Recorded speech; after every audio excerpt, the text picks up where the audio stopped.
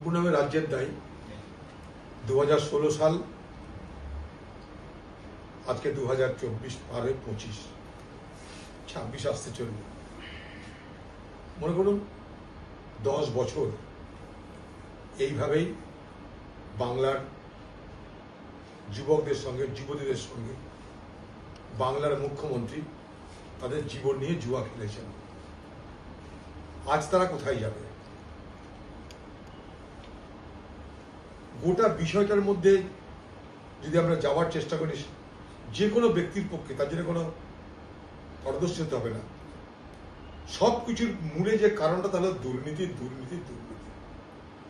যদি দুর্নীতি না থাকতো তাহলে 26,000 তারাকে যোগ্যকে অযোগ্য সেটা পরের কথা, তাদের জীবনটা এরকম দুর্বিষহ হয়ে যেত না।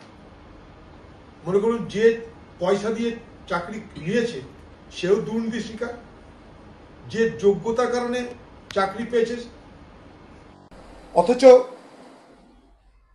চাকরি ভোগ করতে পারলো না সেও দুর্নীতির শিকার।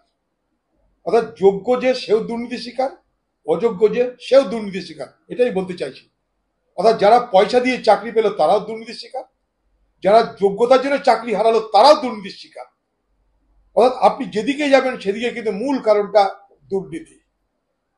আর এই রাজ্যে শুধু দুর্নীতি হয়েই ক্ষান্ত থাকছে না, এই দুর্নীতিকে ধামাচাপা দেওয়ার জন্য আমার আপনার ট্যাক্সের টাকা নিয়ে হাইকোর্ট সুপ্রিম কোর্টে লক্ষ লক্ষ কোটি কোটি টাকা খরচ করে যাচ্ছে। নিজেকে তিনি বলেন আমি ব্রাহ্মণের কন্যা। আজকে সেই ব্রাহ্মণ কন্যা এই সমস্ত যুবক যুবতীদের পিণ্ডি খেয়ে বেঁচে থাকুন, কারণ আগামী দিনে তাদের মধ্যে কে কোথায় যাবে জানি না। এই হতাশা থেকে, এই অবসাদ থেকে তারা কোন পথে এগোবে আমার জানা নাই, কিন্তু আমি শঙ্কিত। এটা দারুণভাবে প্রভাব পড়েছে বাংলার সমাজে।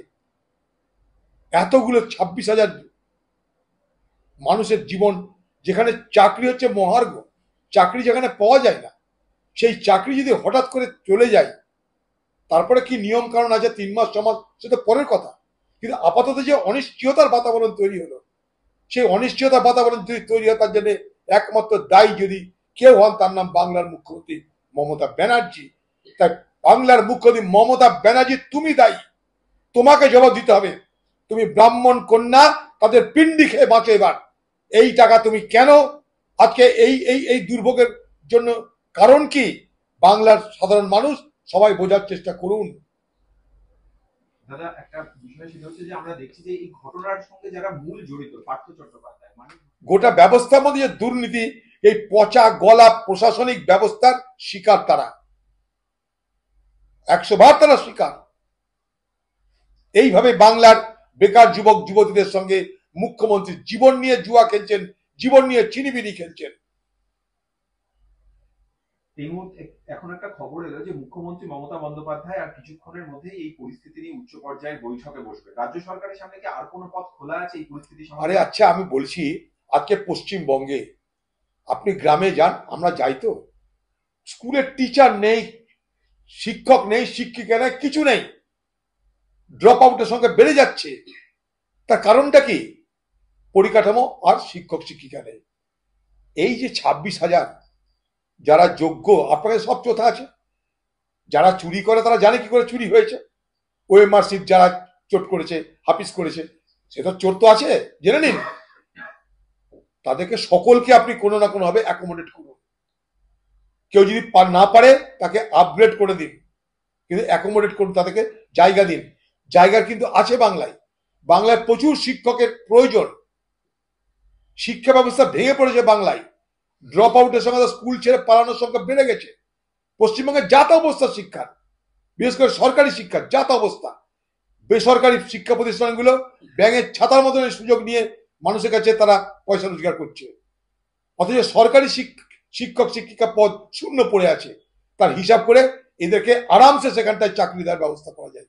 যারা যোগ্য অযোগ্য আপনি পরীক্ষা নিন নতুন করে, যদি কেউ না পারে আপগ্রেড করুন। আরে আপনি যদি মুখ্যমন্ত্রী হতে পারেন, তাহলে যারা অযোগ্য তারা যোগ্য হতে পারবে না কেন? আপনার মতো অযোগ্য কে আছে ব্যক্তি বলুন মুখ্যমন্ত্রী হিসেবে এই ভারতবর্ষে? তা আপনি যদি অযোগ্য থেকে যোগ্য হয়ে আপনি 15 বছর রাজত্ব করতে পারেন, তাহলে শিক্ষক শিক্ষিকারা অযোগ্য হলেও তারা কেন যোগ্য হবে না? আমার প্রথম প্রশ্ন উত্তর দিন। আরেকটি বিষয় আছে, আজকে যারা অপরাধী তারা তো জামিনই পায়, এটাই তো বাংলা। বাংলায় অপরাধীরা জামিন পায়, আর যাদের উপর অপরাধ হয় তাদের উপরে দোষ চাপিয়ে দেওয়া হয়। শিক্ষক দেখুন, স্বাস্থ্য দেখুন, ডাক্তার দেখুন, সকলের উপর এই জিনিসই চলছে।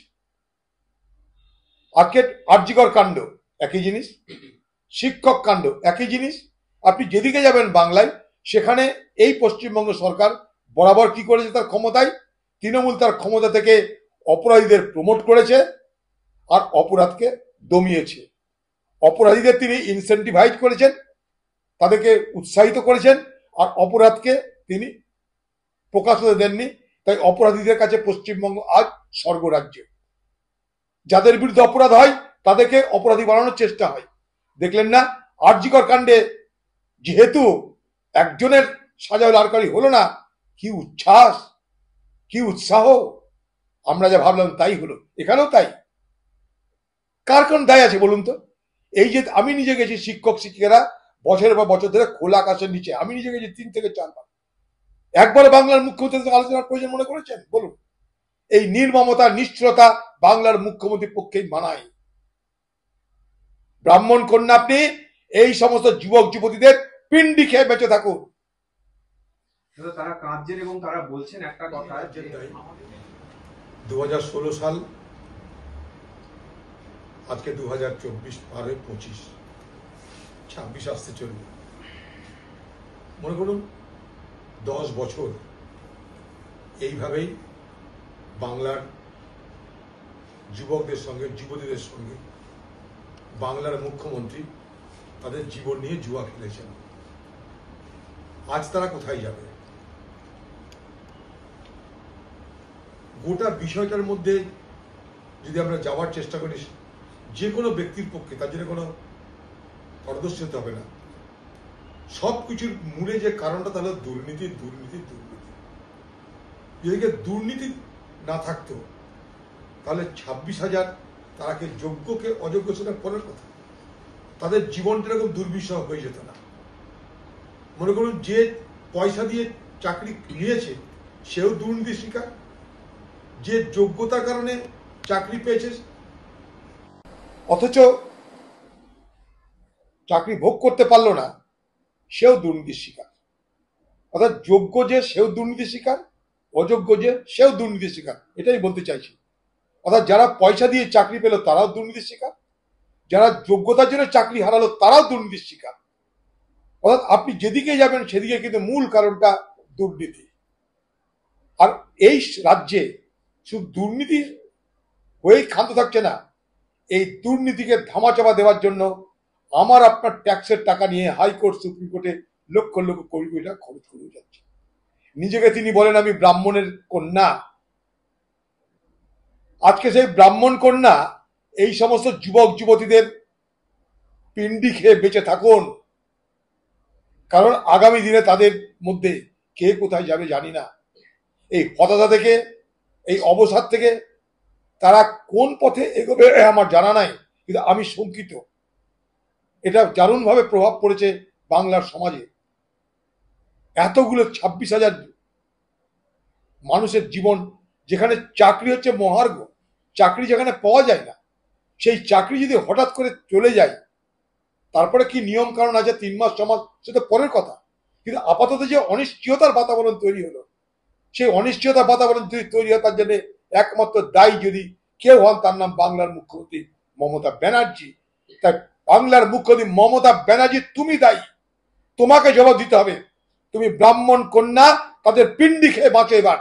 এই টাকা তুমি কেন আজকে এই এই এই দুর্ভোগের জন্য কারণ কি? বাংলার সাধারণ মানুষ সবাই বোঝার চেষ্টা করুন। দাদা একটা বিষয় সেটা হচ্ছে যে আমরা দেখছি যে এই ঘটনার সঙ্গে যারা মূল জড়িত, পার্থ চট্টোপাধ্যায়, মানিক